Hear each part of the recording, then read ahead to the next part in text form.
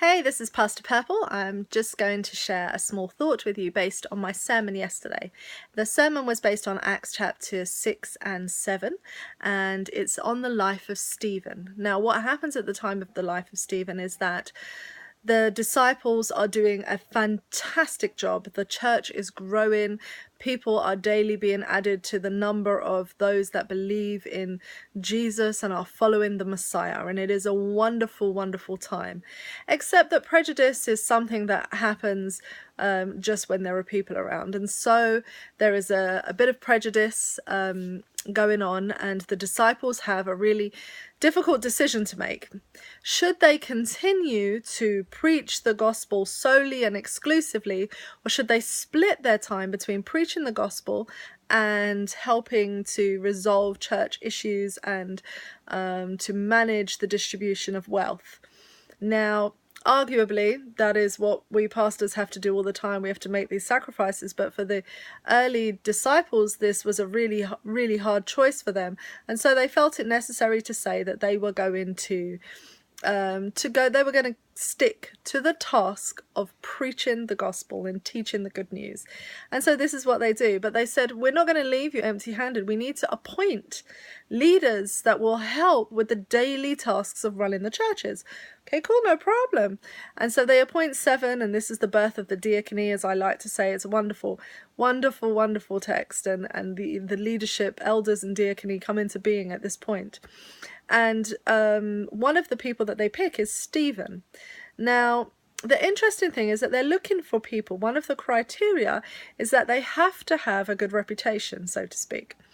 And I found this really interesting because it meant that the people that they were looking for were not inactive people, but they were active people.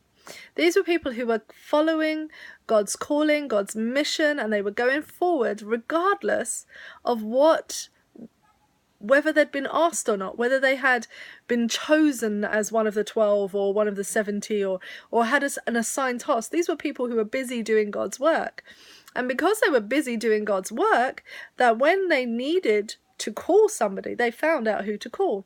And I found that really interesting because often we want to be asked to do things, but we're sitting on our hands. And no one knows what our talents are. No one knows what we're good at. No one knows what we're capable of, because actually we're not doing anything.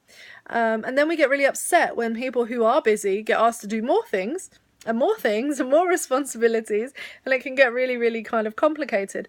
But the reality is, I know what a busy person can do. I know what someone who's following their passion can do.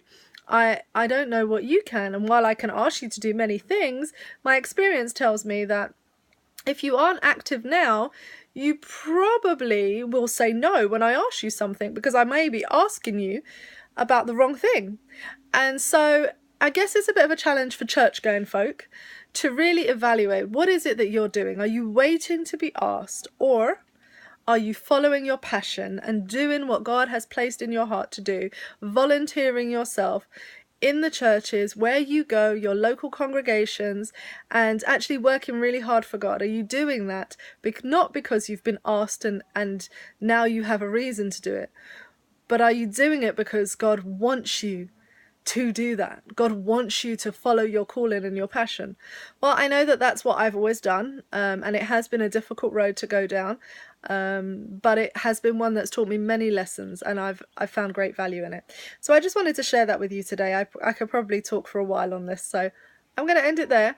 Have a wonderful, wonderful day. The sun is shining here. It's absolutely beautiful, and so I'm going to go off and see how that goes. God bless you. Bye-bye.